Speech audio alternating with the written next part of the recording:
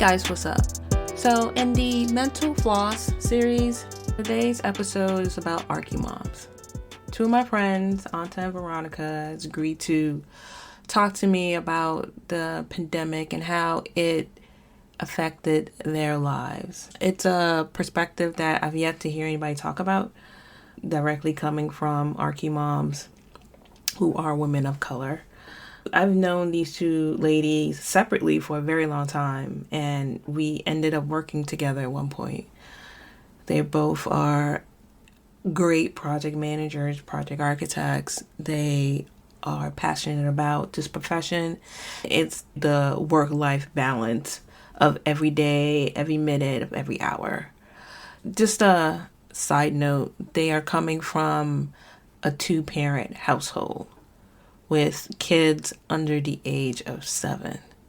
So I'm not talking about single moms or parents with teenagers or even kids over the age of 8 or maybe double digits, 10. Parenting comes in all shapes and sizes, and this is just a snippet of their lives that we're talking about and their experiences, and it may resonate, it may not resonate. And I'm not a parent at all. I do have friends that are, and so we check in with each other every so often just to see mentally how we're doing. I'm using Zoom right now as a way to conduct my interviews, and we ended up FaceTiming. It was just like, oh, we're FaceTiming. It's not really necessary. I'm not putting it up at all because we all look like crap. It's a good conversation. We focused on the topic of parenting in the pandemic as an architect. So, anyways, short and sweet. Here you go. Thank you, ladies, for doing this. I really appreciate it. Sure. You're welcome. We want to do it. I wrote some questions down. All right. So I just want to start off with the basics. We all used to work together at a ex firm. We're not going to mention any firm names. Okay. But before that, I knew each of you individually. Oh, I didn't know you knew Veronica. Yeah. Wow. So way back before Mike and kids. Yeah, actually, yes. Oh, before Mike and kids. And then we lost track of each other until... That's so cool. We worked together. And then I met company too. I can't remember how I met you specifically, Anta. We met online. We went on a date, a blind date, remember? I didn't get anything. We didn't go like first base or anything. We went to I think it was Brett. Oh yeah, because it was Barbara, right? Barbara. Yeah. I used to work on that other black company. Yeah. That was snack. But you and Veronica used to work together too, right? Yes. Right, before that first where we were the three of us, yes. Oh. That was another adventure. That was right now I don't think it was so crazy going through what I've gone through now. I think it's really, I mean, it was insane, but every place is insane. Well, and I think in that place that we worked together before, Anta, the team was awesome. Yeah, I think the coworkers were fun. That was part of. And that's the good thing in the place we all work together too. I mean, there's really, really, really good people. Yeah, true. So I had really good teams, and I had not so good teams. So. Well, that's what it is. Yeah, you have good teams and you have bad teams, or maybe just one person that is great, or then everybody else is great and one that it's not. But I mean, yeah, it's all the same. It was good experience though. It was kind of fun. It's nice. It's kind of fun, weird way. So we're gonna focus on working from home and being a mom all at the same time. This is the parent issue of it. My last podcast was just, I call it a mental floss, because I had to take a break with what was going on in the world and how it affected me personally. And I've decided to talk to you guys as well as other people just to get on specific topics. Oh, well, to go back, we were checking in on each other. We still are. We check in on each other to see how we're doing. So I'm doing a checkup, but for the podcast listeners. And part of this checkup is, how are you guys handling and juggling just being an architect and a mom and you're home with your husband and your kids? My first question is, have you guys worked from home before with your family? Well, sometimes when one of the kids is sick, it happens, but never this intensely. It's been really, maximum I've done was 3 days in a week, because one of my boy was pretty sick. But then I could have help. I call a babysitter to help me out. And now that is not possible anymore. So this is a complete new reality. Yeah. In my case, I have not worked from home specifically in this company where I am currently right now, because it was just a new policy now with this coronavirus that we started. But we were lucky that we had the nanny coming in for a little bit until it was like the Maryland shut down, and then we can't. Everybody has to stay home, whatever. So our nanny wasn't feeling too comfortable coming to. So then we had the kids here. It's a different reality. It's a different reality. But I guess you have to juggle it. Like my current work situation, they're very flexible in time wise. So I start my day at 6:30 and then I end up 3:30 in the afternoon.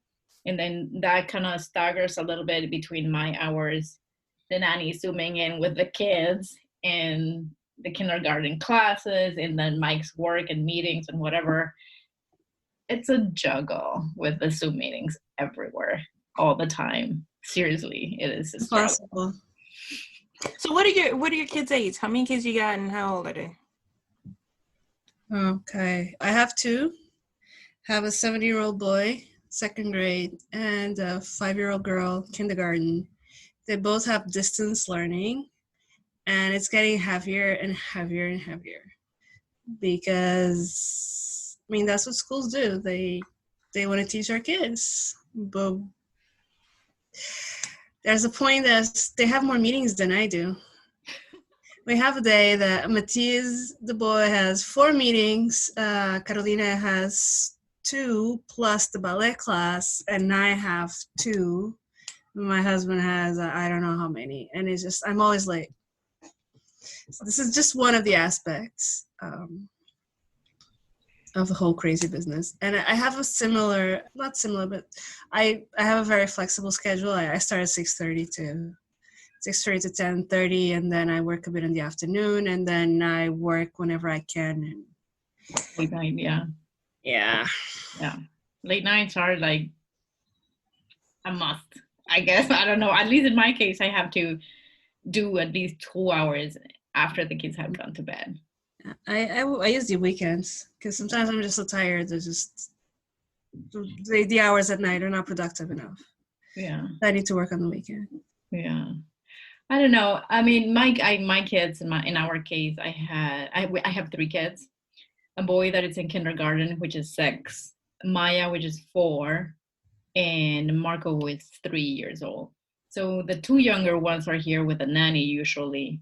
And she was coming in the first weeks that Max's school was interrupted, was fine. She was here. I was working from home.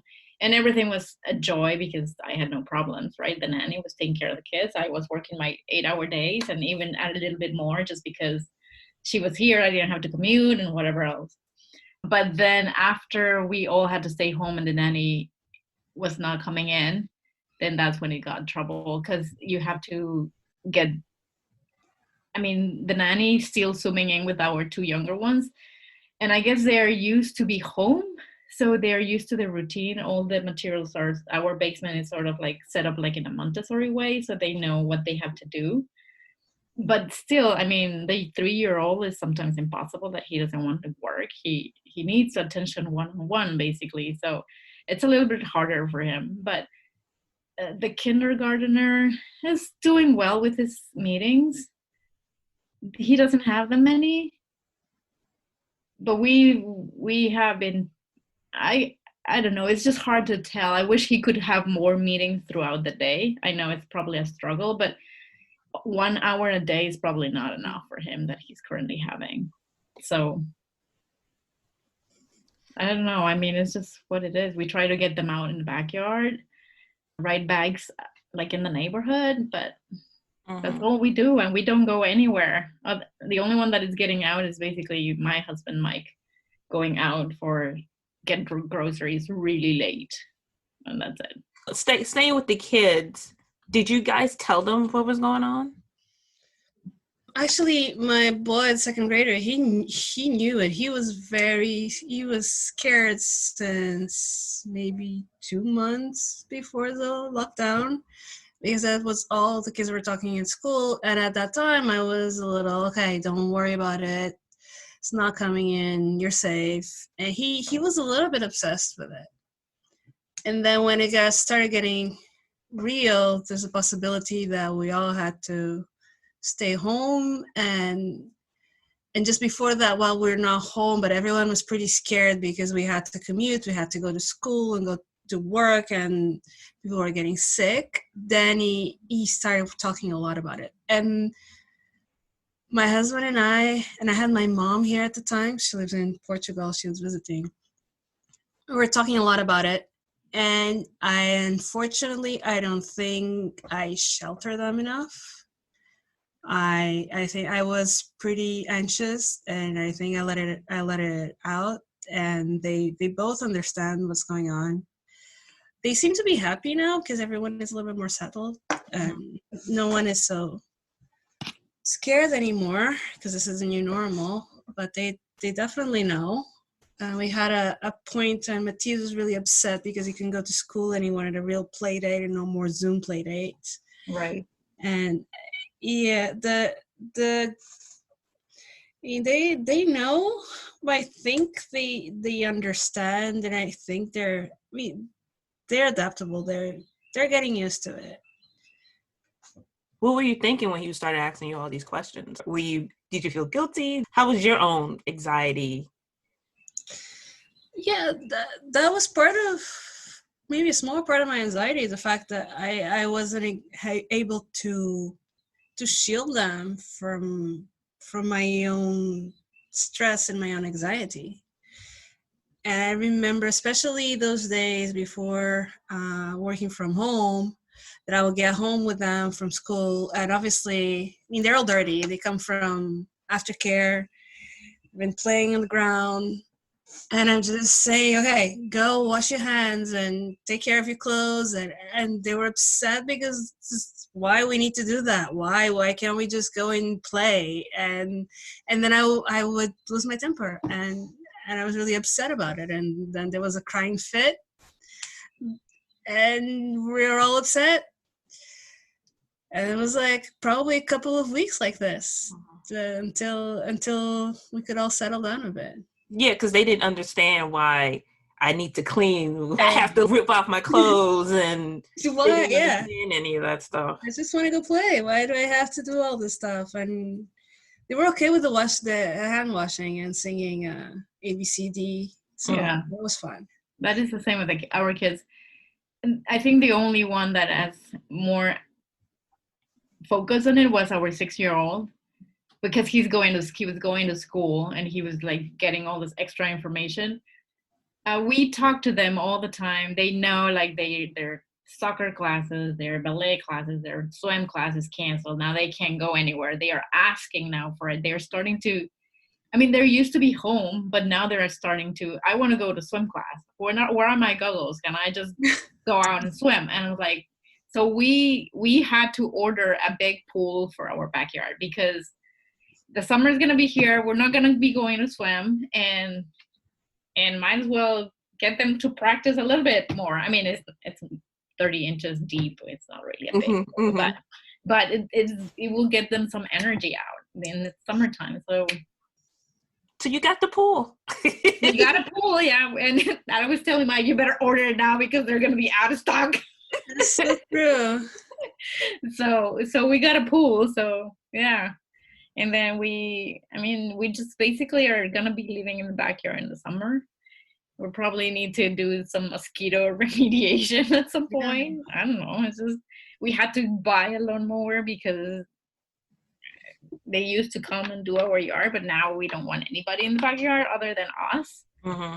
So, I mean, it's I think the kids are getting used to it, but they are definitely asking, like they see kids riding their bikes and their age, and Maya, for example, wanting to talk to kids or just try to be social. And we're like, sweetie, come over here. And it's just us. The other parents are in the same way. They just want to shield their kids. I mean, it's obvious, right? Mm-hmm. It's really sad. I feel like I'm teaching my kids to be afraid of people, generally. And it's really awful. We go for walks on Rock Creek Park, and it's just, okay, stay away from anyone. Don't just... We're going to be like little antisocial. Yeah, hopefully not. I mean, hopefully they'll learn other skills, like how to use the computer better. I mean, how to type, how to log in. I mean, it's hard in my case, because our kids obviously don't know how to read. So you have to do all the logging for them and at the right time. And then you need to juggle your work time. So it took us a little bit to get adjusted to the schedules, but still set up this account, find another computer because I'm working on this one. And I mean, it's yeah, we had to order another computer for the kids. Yeah, I mean, honestly, I feel lucky that we're not in a limited situation, that we can afford to have those devices. But think about it, if somebody have to work from home, they have to use their computer, and then the kid needs to log in, and the other parent has to do it too. I mean, it's sad, but yeah, that's a big point, because even with your spouse, like your spouse needs a computer. So that's like 3 computers. If you have 3, you, your husband, or your significant other, and your kid, and you have multiple kids. Yeah, the multiple kids a bit, because we thought we had it covered. And I mean, we're lucky because Bruno and I, we got computers from the office. But then the kids had iPads, and I'm just thinking, we're lucky we can order a computer on a whim. Yeah, exactly. And call Amazon, and we're sorted.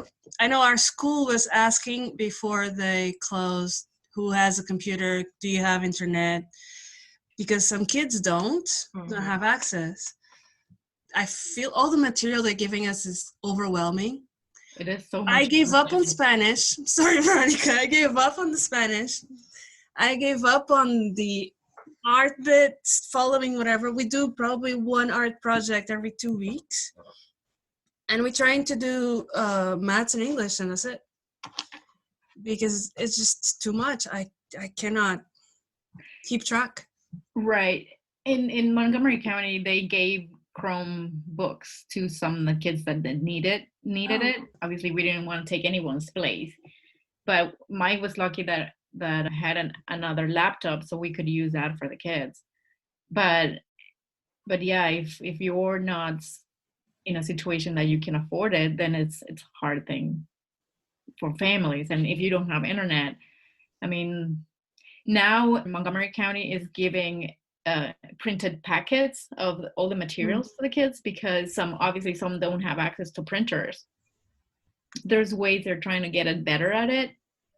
What about schedules? Your typical week. How do you guys balance everything? There's no balance. No such thing. I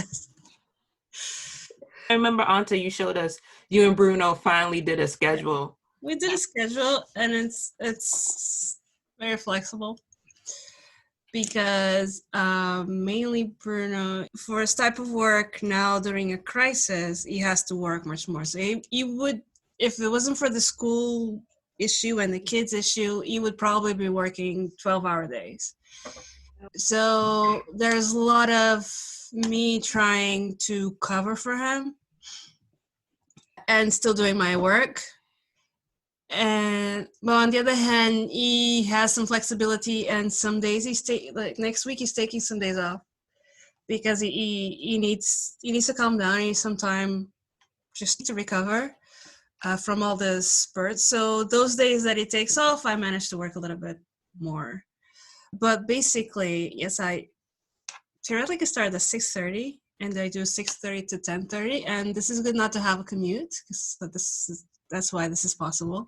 Yeah. So I basically, wake up, have a shower, coffee, and I start working. And then I can log in 4 hours before my turn of taking care of the kids. In the meantime, Bruno starts with the kids with their morning meetings, and hopefully he does some work with them. And then I start at 10:30 to 12, and that's sometimes I have some of my meetings bleed into this time that is not only kids time, and then I use the iPad so they are entertained. And then we have lunch, and then is the negotiation. When can Bruno stop work so I can log in? Normally it's around 3:30 4 p.m. So then this doesn't give me a full day all the way to dinner time. So that's when I have sometimes to work at night or work on the weekend. And I've been using PTO. I work 6:30 at least until lunch time. It's so much cooking these days. I don't have any kids, and I'm cooking all the time. So then it's lunchtime. I prepare lunchtime. I try to get them all ready, fed. Marco sometimes goes down for a nap. I need to lay down with him for a nap. I mean, the other day I was connected to a meeting and I'm laying down with him so he could just relax and calm down. Multitasking. Yeah, exactly. And eventually he fell asleep. I came back to the computer and log in. The other two kids are a little bit more independent. They can go in the backyard and play a little bit. And then Max logs into like his school time. Then Mike starts kind of melting into where we can work. I try to stop working at 3:30. And then I get into full time with the kids. And then Mike can work more in the afternoons until probably 7 p.m. And then it's dinner time. Like, we are trying to do lunch together as a family. He does breakfast. I do dinners with the kids. And then we just do bath time together. But I mean, another aspect, we were thinking that we're in a way lucky to be having young kids and be at this time at home. It's very nice to enjoy the way they are growing. Right. We don't have like a teenager that is so desperate to get out or not be in the house or something like that, you know? Or I don't know, maybe. I don't have a teenager, so I cannot say, but I can imagine. I was that way. So we're lucky to be kind of sort of enjoying them more. Like, I used to, when I'm at 6:30 in the morning in the office, I never see my kids in the morning. They're still asleep when I leave the house. Everything is dark, and I just get to work, and then I don't see them until I come back from work. Mm-hmm. So it's been really nice that I'm here working in the basement, and they come at whatever time they wake up, they give me a kiss, and then they go play with their dad because they know I'm working. So, but it's a different feeling that I'm probably gonna be missing. So being the positive side, I guess it's nice they still cuddle, they still want to do movie nights. I mean, we're trying to find karaoke in YouTube. I don't know. I mean, I don't know. It's what it is. So might as well get the good out of it. Right. That's true. There are some good things. There's some good things.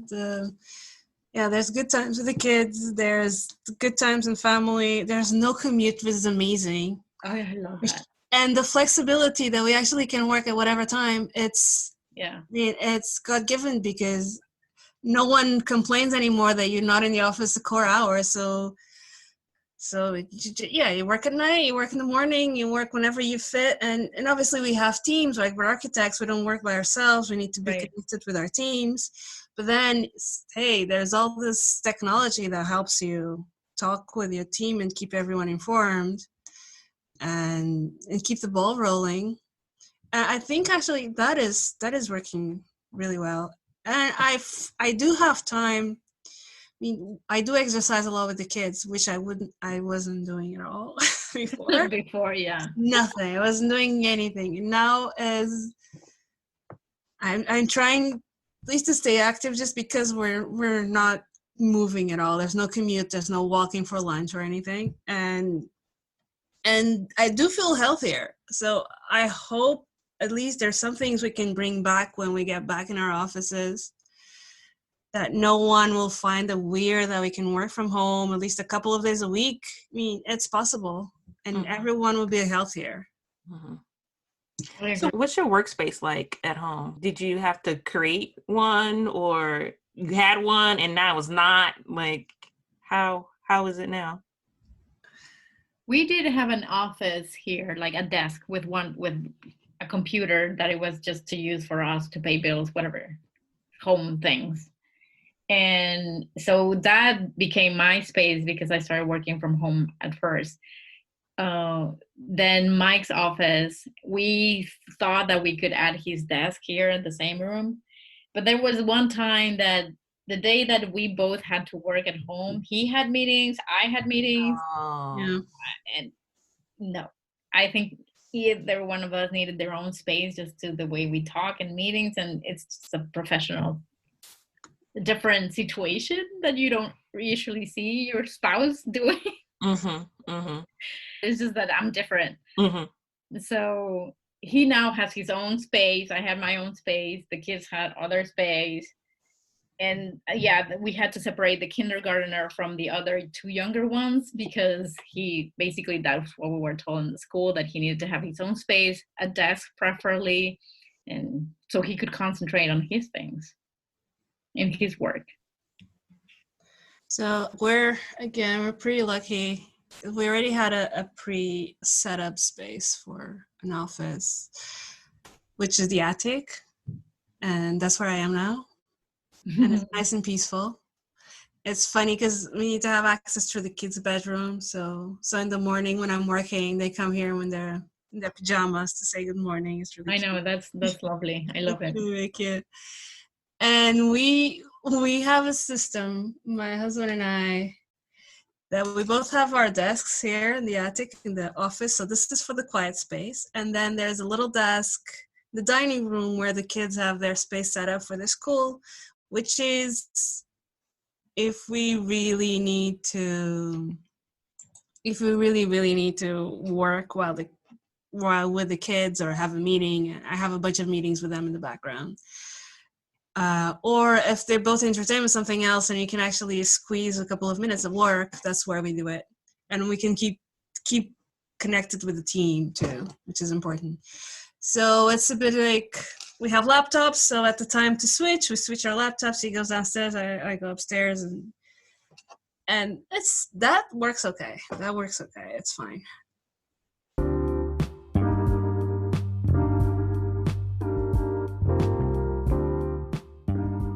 Managing an architecture project in an architecture firm has lots of moving parts. After experimenting with several different programs, I realized that I needed a software that is customizable for multiple tasks. The more I talked to other firm owners, the more I realized there was a void where my firm wasn't big enough for programs like Asana, Instagram, or Trello, and not so big to spend $10,000 up front for some integrated software. I wanted a software that could do dashboard and Kanban views, Gantt charts, serve as an intranet for the company, and resource loading. Then I discovered Smartsheets for Architects. Interested in how Smartsheets for Architects helped me? Go to www.smartsheet4architects.com and enter in ArchisPoly in the promo code to receive 10% off the course. Save yourself hours of guesswork from dealing with conflicted spreadsheets.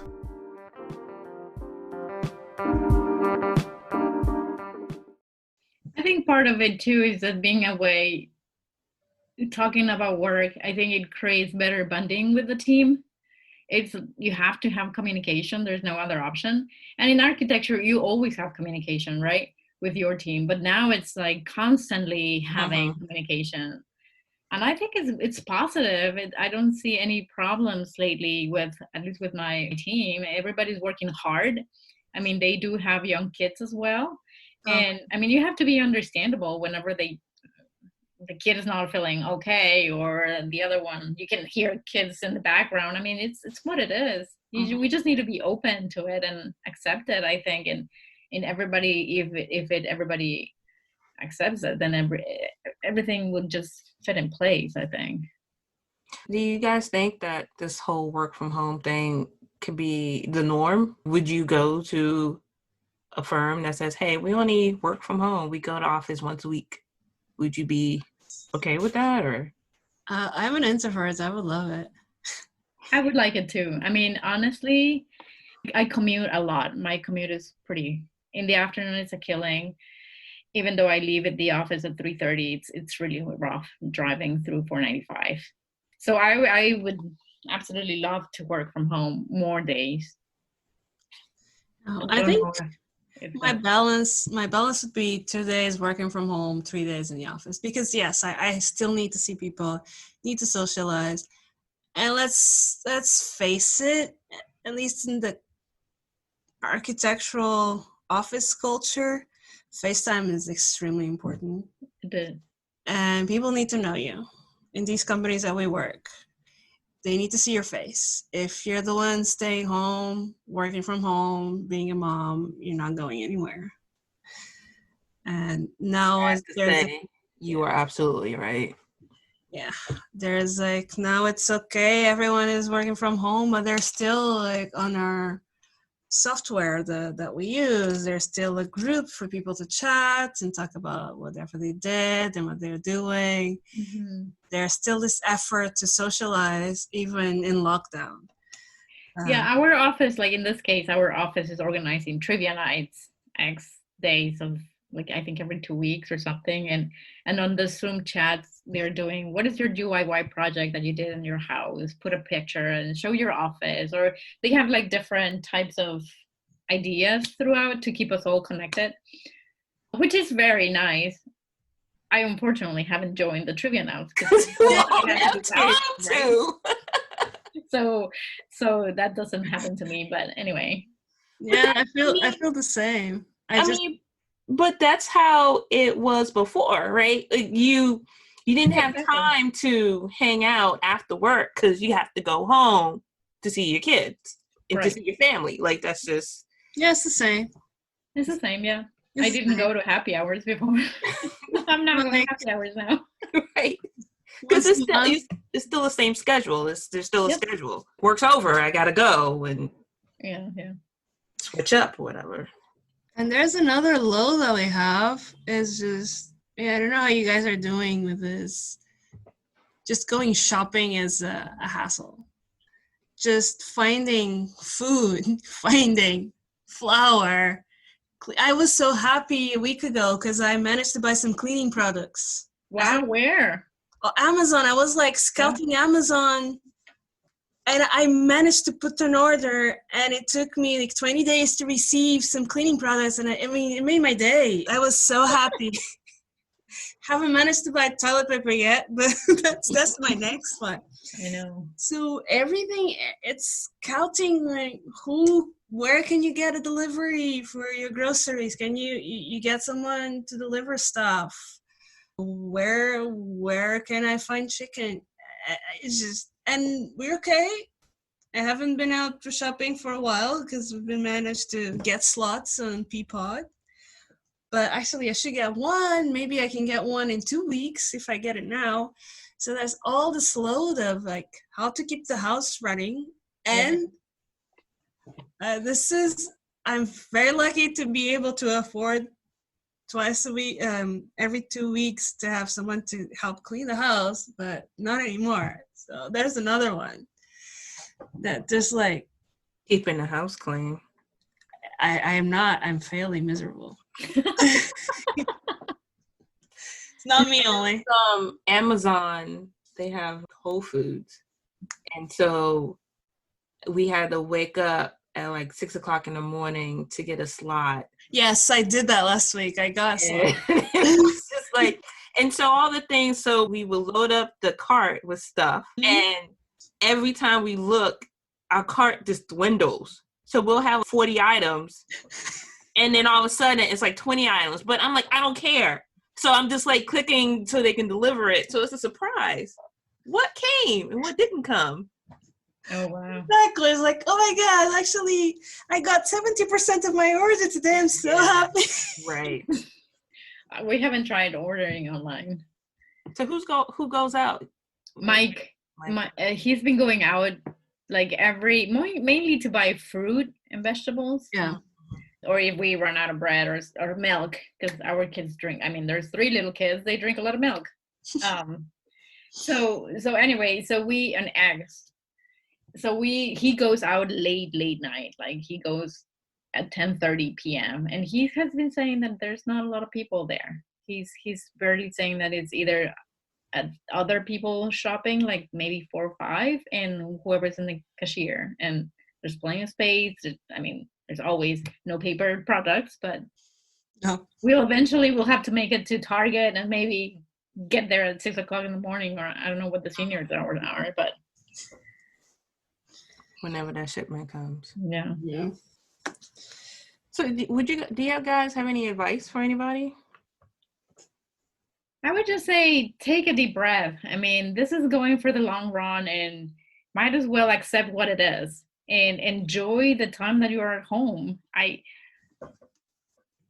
don't know, it might be harder if you are having, I guess I'm having a good time, or yes and no. It's always a struggle. I'm not gonna say it's easy, but might as well switch the coin and say this is better than one of us getting sick or having to commute or have to go work outside my house, Oh, how was the hospital? I know Maya, is she still in a cast, right? She still has a cast, yeah. So a month ago, she broke her arm. She fell from the monkey bars that we have in our backyard. And so we took her to Children's Hospital. It took forever. We got there at 5 p.m. and we arrived home at 4 a.m. in the morning. And it was just me and her. I was putting hand sanitizer over everywhere she was touching and anything. And now actually they're taking the cast off on Monday. And then we were trying to avoid going to the hospital. Even we called the doctor's office and they say, can we remove it from home and just soak it in water? And, you can do the teledoc kind of thing. And the doctor was like, no, you have to come in. And I was like, okay, well, fine. But they did call us and ask us if anybody was feeling sick or he had a fever. And I'm like, no, we are all been home for 20-something days. Everybody's been good. And they said only one parent is allowed and only the child could come. And so Mike is taking her tomorrow or Monday. And probably she's going to get an x-ray and making sure that everything is fine. So I have to finish their masks because I'm sewing too. So yeah, I mean, that's what it is. Yeah. How about you, Anta? Any advice? Be kind to your partner.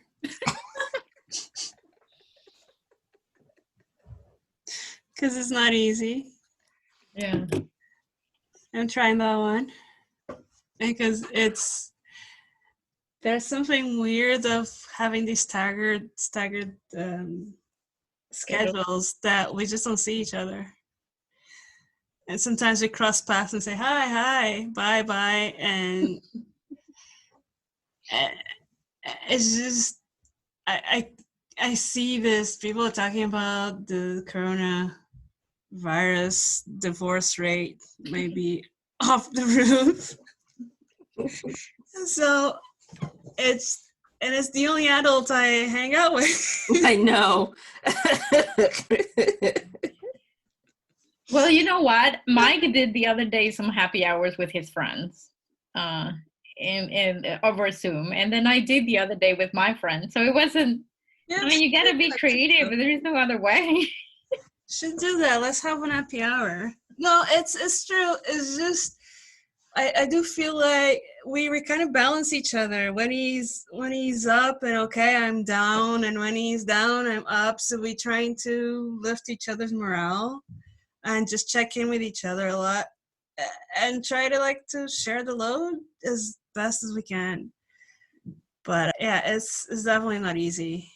It's not easy. And in terms of work, I mean, this is more for the offices, right?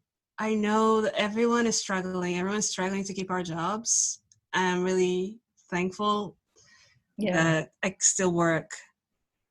And I'm happy that my project leader, he's been pretty good telling me, okay, don't work so much. Just take some time off. We don't want you to burn out. They're being pretty okay to parents, but I hope that they realize that this is a triple load. It's a triple load, and everyone is doing their job the best that we can. Just keep that in mind, and yeah, go out and do some exercise with a mask. It is busy. You have to be, in a way, you have to be organized. It is a juggle to manage a house, keep everyone happy and safe and decently sort of clean. Yes. Cook, put them to bed. I mean, they're still dependent of us. They're smaller children, but I mean, I don't know what the situation would be with a teenager or a 20-year-old. Or a baby. I had both my babies, they were very demanding babies. Right. No way I could have done this with right. Or toddlers when they're like, they just want to find ways to kill themselves. No, they're always hurting themselves. It's just no way you can work like that. So it's and it hurts too that you don't have people, because normally you would have people helping you. It's not just you and your spouse.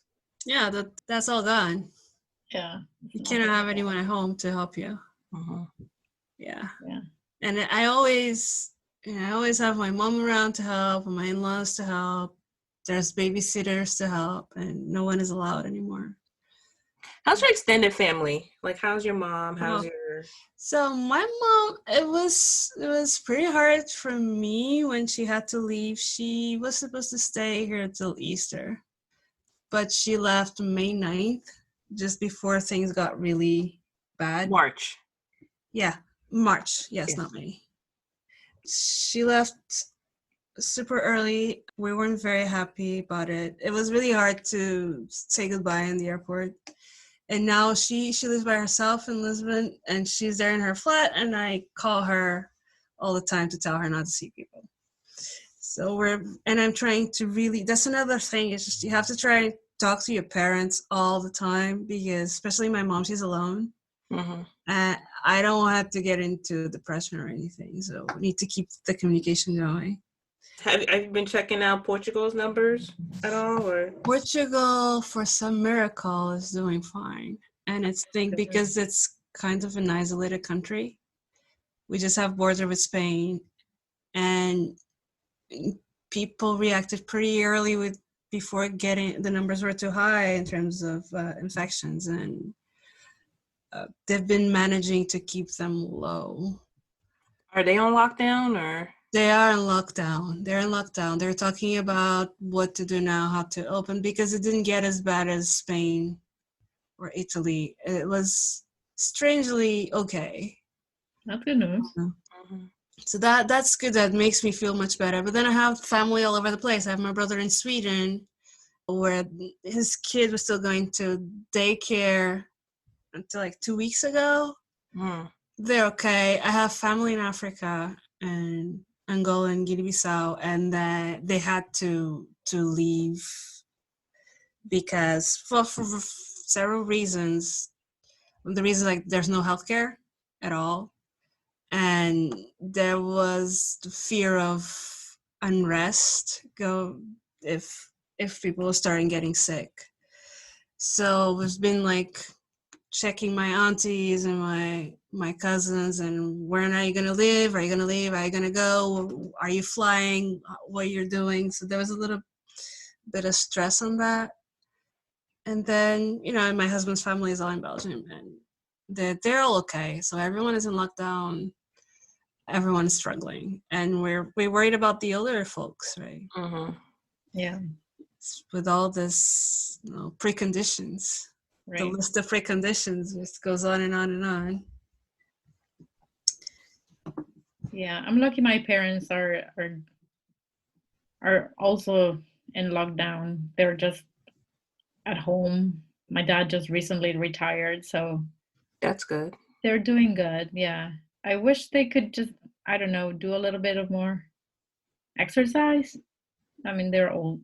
They're not older, but they're. Are they able to like go for walks and stuff where they live? No, I mean, no, but they do have a treadmill at home. Okay. So yeah, or I think a bike too. I don't know.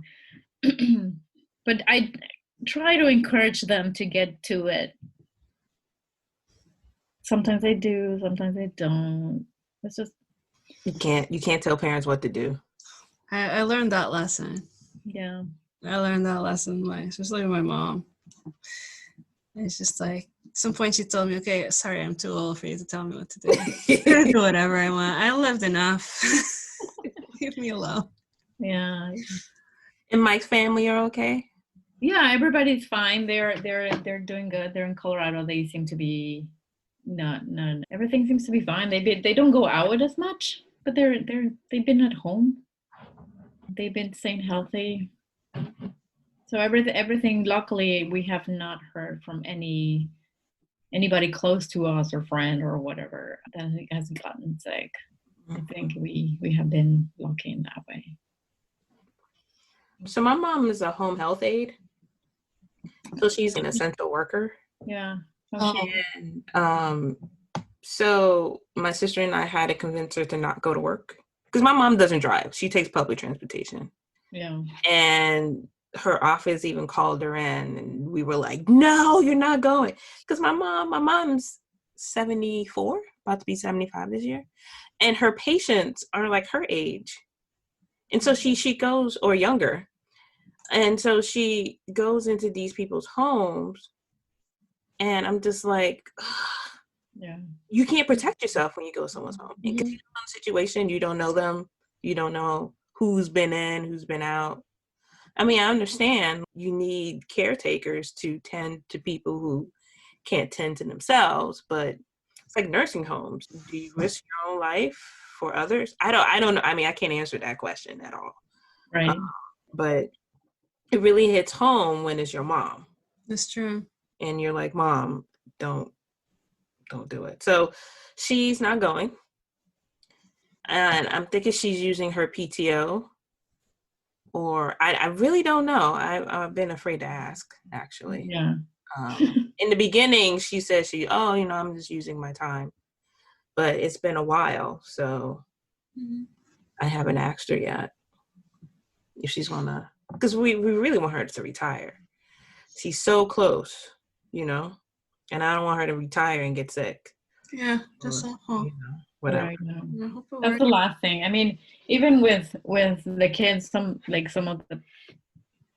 some parents that are sending their kids to daycare because they're essential workers. Like, we could have our nanny come in too, but there's a point that you have to say, well, what's happening here?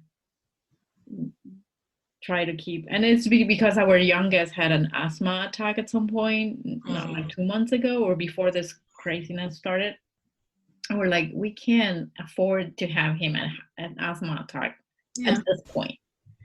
So we're just kind of trying to keep ourselves shield a lot. Yeah, that was my main scare. So that's why I stayed home earlier than anyone else in my office. As the kids have asthma, and I've seen really bad asthma attacks with normal cold viruses. You don't need to go all the way to the specific one, and they're pretty bad. And we just need to shield them and shield us because we need to take care of them. Exactly. Exactly, because like you, Anta, I don't have family in town. It's just Mike and I and the kids. Right? Wait. At some point, we're thinking, okay, if both of us get sick, who's gonna take care of our kids? Right. I need to ask some friends to come here and like take our kids away. And hey, and by the way, you take our kids and you might get sick too, because we all, theoretically everyone is infected. Yeah. It's a risk that you can't afford. Like, how do you send three, in my case, how do I send 3 kids if both of us get sick to another household? It's and get that household sick too. right. It's something that you don't even want to think about. No. At some point, Carolina asked me, "Okay, Mom, if you and Dad get sick, we have to take care of you." And I'm like, "Wow." Hold on 1 second. I'm not ready to answer that comment. I don't know. I deflected Sweet, right? I'm really happy we're all healthy, but all these like terrible scenarios that flow in my head. That keeps you up at night sometimes, So, do you guys have any strategy for when the office reopens? Can you think about it? No, I don't. I think something it was mentioned.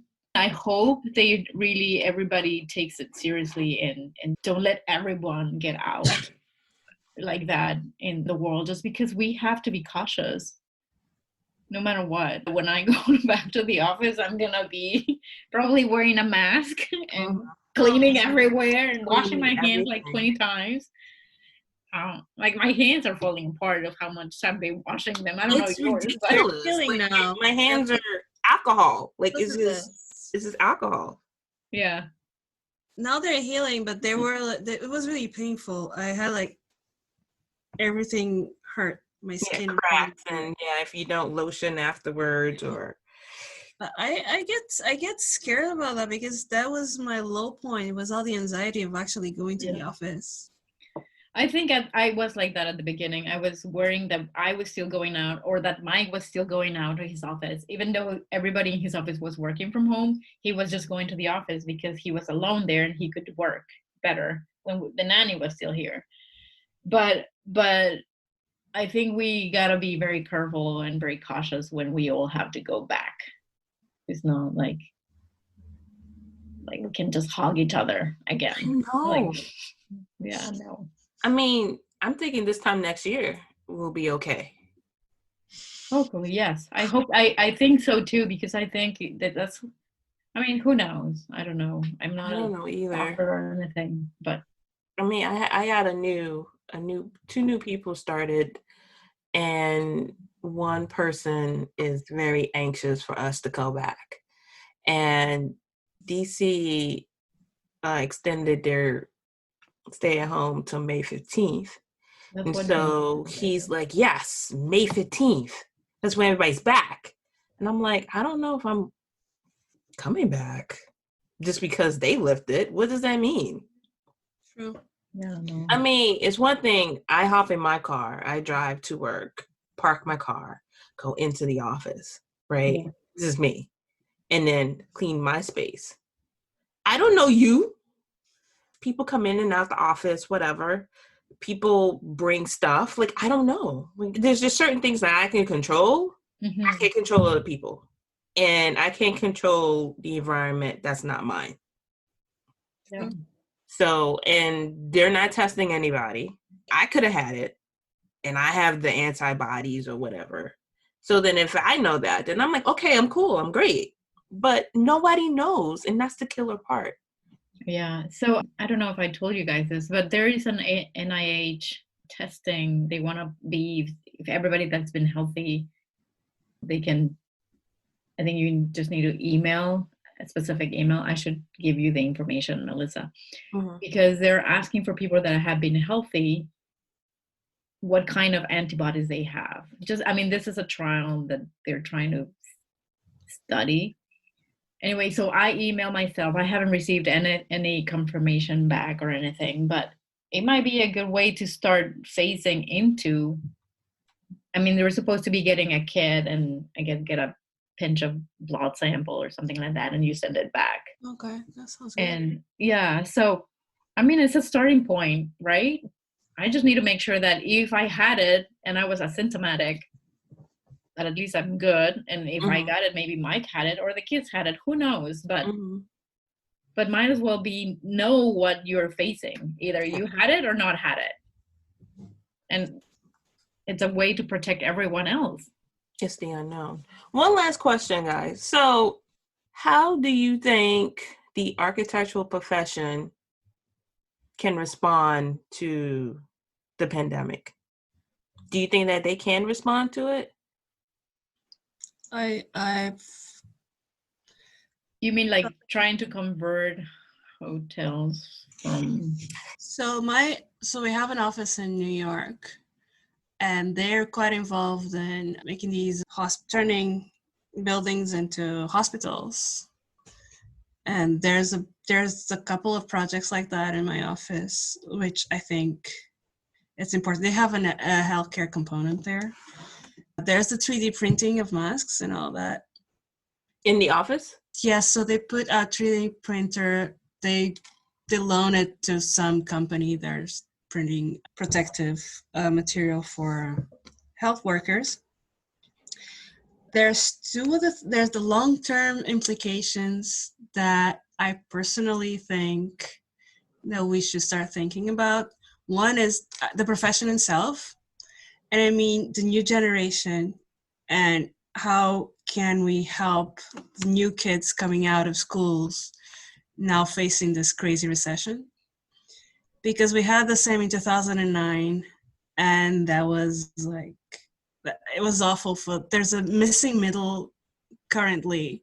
There's some people, there's skills that you cannot find in the market, and I think it's linked to the recession, how people gave up on architectural back then. Mm-hmm. And we should try not to do the same.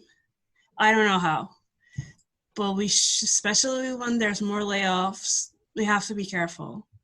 You're not making sure, okay, all these kids, all these young folks that don't have enough experience, let's kick them out because we cannot afford it. And then in a couple of years, there's no one to do the work. And that's extinction for us. And the other thing is, in terms of architectural theory and in terms of designing cities, how people are thinking, oh, density is bad because of the virus. And I'm a bit scared that might be the thought process going forward. I hope not. I hope not, but I hear some, okay, how the pandemic is reflected in design. How can we design buildings with this in mind? And I'm a bit scared that means keeping people apart. I mean, I'm glad you guys are doing that research because I don't have the time right now to do it. Like, seriously, it's very busy at home. It's very, very busy. And obviously having to put time to get your work done because we don't want to go to a recession. You still have to be productive. True. And these are thoughts. This is I don't even read the articles. I see the title and then you formulate what. Yes. In my head while I'm doing the dishes. By the way, my dishwasher is broken, so I'm doing lots of dishes. So what I'm getting that you guys are saying is, it's not so much of the situation itself. It's not so much just the pandemic itself. It's how it's affecting architecture, which is a valid point because no, that's not true. People are talking about it. It's just in terms of Black and brown folks, I think that our priorities are more towards staying healthy and feeding ourselves and our loved ones.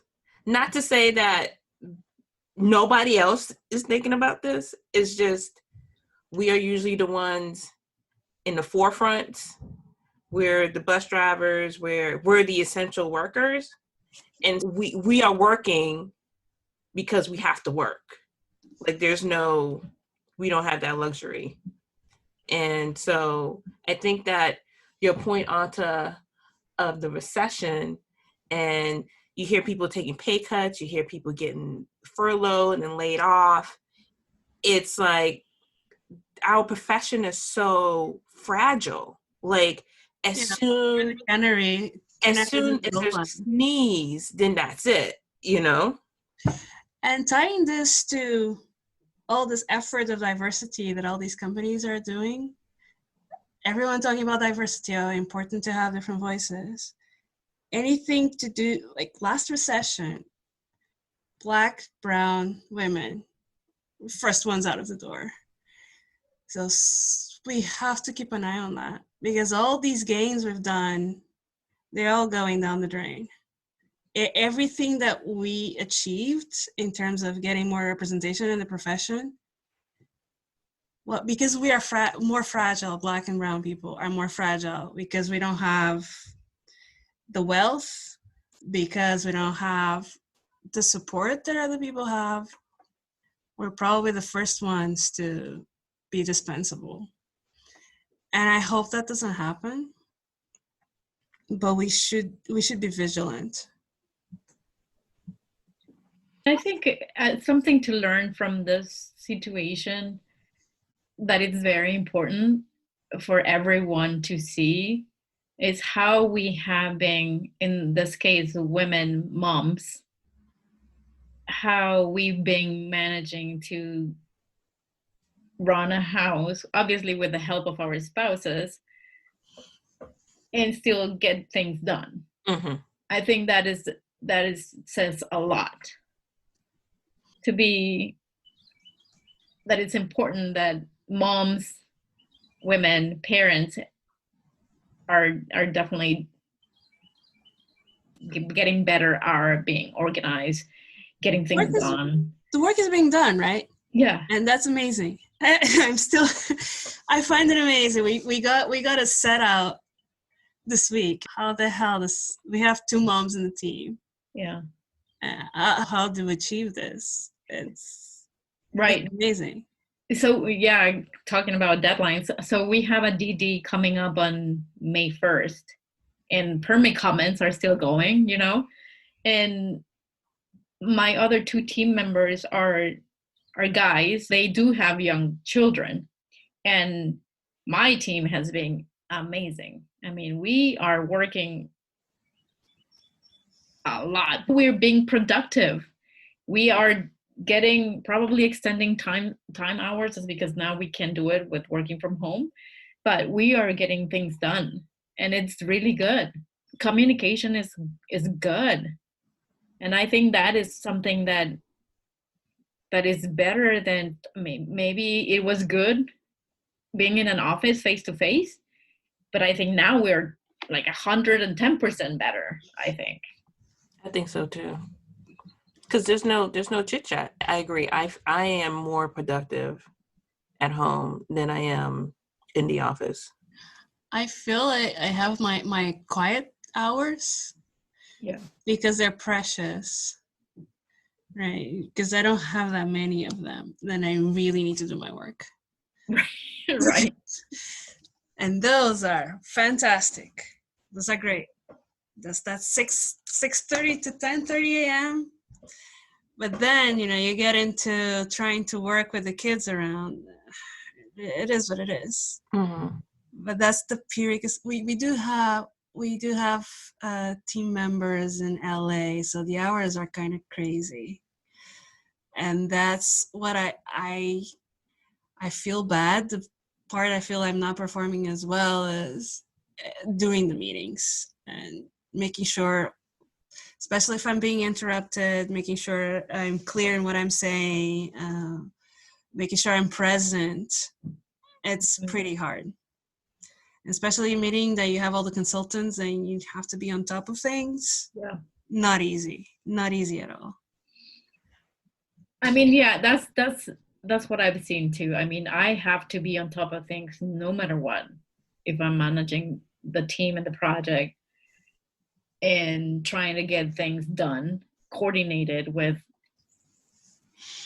consultants, consultants, and get the ball moving for the project to get out, right? It takes a lot of meetings, and then it cut some of your productive time, but then you have to make it work somehow and get it to, so we basically get the client happy. No, that's the end of the day of what we do in architecture. We have to get our work done, get a good set out. We don't want to lose clients, and Can't avoid it. Yeah. yeah, I mean, and we're lucky that in our case, our project is still running. Yeah, so is ours, and the client is pretty motivated. Right. And we want to keep it like that because it's a huge project. And if it falls, it's not only me that's going out, it's a big team with people from different offices. So we need to keep this thing going no matter what. And yeah, there's a sense of responsibility because I know there's a couple of projects that have been put on hold. Not that many, especially in DC office seems to be healthy so far, but there's like double responsibility to deliver a good job. Yeah, I could agree with that. DC schools will close May 29, last day of remote distance learning. And that's it. There's no going back for the school year. And then they're saying they're going to start the next year 3 weeks earlier. That is the plan now. So there's no school until May 29. till let's say mid-August. So what are you guys going to do for the summer? Get a pool. Because you usually plan like what you do for the summer now, right? Or no, we had a plan. We had tickets. We had a big, fantastic plan for this summer. We were going back to Europe. My husband would take some time off to go earlier to Belgium with the kids. So the kids will be out of the country for 5 weeks because we would kind of stagger things a little bit. I'm going to see my family. I will go and meet my niece that she's going to turn 1 year old. I'm very excited. And we got the tickets. Now they're not refundable. I don't know what to do about that. We had to cancel our vacation in April. We were going to Cancun first and then to Mexico for 10 days, 15 days. Sorry. I know we were so bummed. Like the kids are still asking, when are we gonna go to the beach? Sorry, I don't know when. Maybe next year. And we were able to cancel they asked us to basically set up a date for the new trip, but at least we didn't lose the money. We just eventually will have to plan a trip to go. That might happen when it gets to the point that, okay, if you're going to travel in July, it's still not safe to travel. So we might have, right now it's still hanging. But my main issue now is the summer camps because we only have one summer camp this year. And we're trying to communicate and see, okay, is this still happening, not happening? If it doesn't happen, what the hell are we going to do? Yeah. It must have to happen the same way the school is going now, with the Zoom meetings again in a different Zoom camp. No, we're tired. We want to go out. We're going to go to the swimming pool. Everyone needs to learn how to swim and have activities and have fun. Yeah.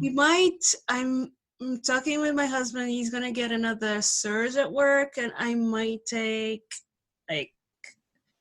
in 2 weeks to work half-time, something if my team agrees, to try model and to try not to go crazy. So that's how I'm using my PTO now. It's maybe one day every 2 weeks, and then I have a half break, and it's just have a break to take care of the kids, basically. So when it's time actually to have a proper vacation, I don't know. I don't know how that's going to be, but I'll cross that bridge later. We haven't actually thought about summer camps. We're just taking one day at a time. One day at a time. Yeah. I hope I can go to a swimming pool during summer. So. Get a pool, Anta. My backyard is small and it's full of mosquitoes. It's ridiculous. Well, get one of those tents. Probably Oh have to yeah, do get that. the little mosquito tent, and they get a little tiny pool. There you go. We just solved your problem. Thank you. Your feet will be swimming soon. Oh man, I don't know. Well, that's what I was saying, that we probably need to do some mosquito remediation at some point here, because It's heavy. Mm-hmm. Mosquito wise. I hope we have a pool in Maryland that we go during summer. So I just don't know. Maybe it's wishful thinking that they're gonna open. I know, but I'm scared. I don't know. We'll have to have that conversation when we get to that point. We'll see. But I'm gonna need something. I don't know, especially during summer. What about, so this is what we did last, I think a couple of summer ago. We ordered one of those screens, like movie screens. We had a nail in the backyard. We have a movie night. So we got a projector in the computer, and everything is Bluetooth now. So internet, and then you have a movie night out in the summertime. And it's whatever screen, like I think it was a $30 thing in Amazon. And that's something different for the kids, and they enjoy Get it. some popcorn, and as long as if I get rid of the mosquitoes, there's a lot that can be done. Yeah. Well, our problem is wasp. We have wasp. Oh wow. Like every year, it never fails. We have wasp. Really? Yeah, and he uses bleach. He kills the grass every year trying to remedy this thing. And they eventually go away, I think. Oh, I just don't go in the backyard anymore. Trying to remember. Can you get someone to remove it? This pest control. They live in the ground. I really don't know. Oh wow! It's not like a nest somewhere. No, these are they burrow, and Interesting. they have like some hive or whatever. I remember I asked Julian about it. He was like, "You need to burn the dirt or something crazy." He said. Or what about something that smells that get them out? I don't know. He said, and this is true, you could drown them. Like they don't come out when the ground is wet. So when it's like dry, like if there's a drought, they're everywhere, and they're all hovering in the grass. So like you go there, wait, and then you see this little whole bunch of them like low, like on the ground, and they see you, and they're like, and you're like, bye, I'm gone. So I don't know what we're going to do. We need to put a fence up. And that's another thing, too. I don't mind hiring a contractor to put up a fence. They're outside. I'm inside. I could send them the payment. I could look out the window to see what they're doing. And that's it. There's other stuff we have to do around the house. Like there's some lighting we want to put up and other little things. But I can't have anybody in this house. Yeah, I mean, we thought about repainting the upstairs, but there's no time. Sometimes my backyard is a mess right now. It's a huge mess. I just, maybe one of those days I'm not working so many hours, I'll just clean it up, get the kids, and we'll clean it up. And maybe get some toys and a swimming pool, whatever. A sandbox. Sandbox. Something that can keep us entertained. But yeah, it's a crazy mess. So let me tell you what we did. I'm going to show you now that you're saying something that you need to do. So because Maya broke her arm, her bike, she's not been using her bike. So we put her bike on shoes. Yeah, so and they now have a bike. So they get That's so funny. Yeah, and then they still can bike. And then you put the Peloton, the app, and they are racing and getting tired. You gotta be creative. That is. Oh man, that's so cool. Okay, so you put Maya's bike that has training wheels. Yes. Put the training wheels in shoes. Right. This are it's our old tennis shoes basically. And you just go with it. And it raises it up enough so the back wheel Doesn't move. isn't touching the ground. So when she pedals, it's like a standing bike or whatever. Yep. I should have done that. I should have put training wheels on my bike. I know, right? Instead of spending so much money. $300. I know. For that guy right there. That's nice. You know what? I mean, I haven't been able to get on the bike since we closed, like since all this coronavirus stuff. I just haven't had the time, and I keep telling Mike I need to get in on the bike because I need to release some of the stress out. Mm-hmm. Like I'm exhausted, but I need that extra endorphins. But I haven't been able to do it, so I'm hoping that try it every weekend, at least every weekend. Get in the bike. Can you do it tonight? Yeah, I should. That's what's keeping me sane is actually exercising, and I'm a dance person. So my dance classes are online now. The teachers are online, and they do Zoom meeting. And I do two things. Like Saturdays and maybe once during the weekday, I can do it by myself. And other times, I mean, the kids watch cartoons, and I turn the TV on, and I do it in the living room. Yeah. Or outside in the backyard, which I'm sure my neighbors love it because it's really funny to see me.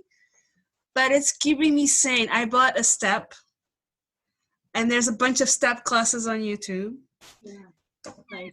And it gives me energy and keeps the anxiety away. Seriously. Otherwise, I don't know. Peloton has a dance cardio thing. Have you tried that? Have you seen it, Veronica? No. It's like I think they started with the cardio classes on Peloton by the time we were starting to get hit around here. So I don't think there was, I mean, on the Peloton Facebook group, yes, they were talking about it, and I meant to get on it. But we've been kind of trying to juggle how we were going to bring things from the office, work extra hours, make sure that you have enough groceries for a family with children. It's just been very busy, honestly. I haven't been able to get to that yet. I hope now that things are sort of starting to get into a routine, hopefully I will be able to get on the bike or do some other exercise other than eating. I think that especially that period, that very low period that I was so anxious in the beginning, then I really started any opportunities, good opportunity for dancing, because that's kind of easier. You can dance and do the dishes. Yeah. Like any time with the kids play in the backyard, just pop up the iPad and there's some video somewhere. Yeah. Mm-hmm. So. All right, guys. Thank you so much. Well, stay healthy. Yeah, you too. Yeah. Let's have a happy hour. We'll do a happy hour. Maybe this time it'll be afternoon happy hour, something like that. Anytime is a good time. I just need to get some alcohol because I think we're running out. That's another problem. That's another problem. It's really hard. Then how can you justify yourself? I'll go to the liquor store and see people just to get. You can do it online. Actually, we were looking into it. The problem is you have to order 6 bottles. And you have to spend like $150 or something. Oh man, I'd rather spend that in the stuff for the kids in the backyard. Crazy. But I mean, you get a whole case, that'll last you. It keeps you settled for a while, right? Mm-hmm. And you don't have to go out, it's the delivery, but because we looked into it. But she was like, I'm not spending all that money. I was like, well, when you keep running back and forth, you end up spending. That's true. That's probably you can end up spending the same amount of money when you go to the shop. Yeah. So, but anyway, guys, thank you. Thank Thank you, Anta. Thank you, Mel. Thank you, Melissa, for the opportunity. It was fun. Bye. Yes, it was.